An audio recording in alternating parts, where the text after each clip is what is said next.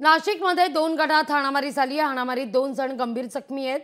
पायावरून दुचाकीचं चाक गेल्याच्या कारणावरून ही हाणामारी झाली। हाणामारीचा सगळा प्रकार सीसीटीव्ही कॅमेऱ्यात कैद आहे।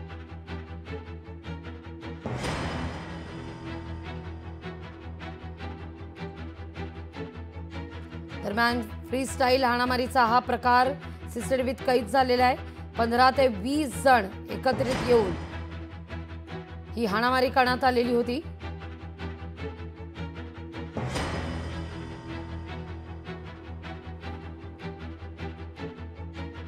संबंधितांवर आता सीसीटीव्ही फुटेजच्या आधारे कारवाई करण्यास सुरुवात झाली आहे।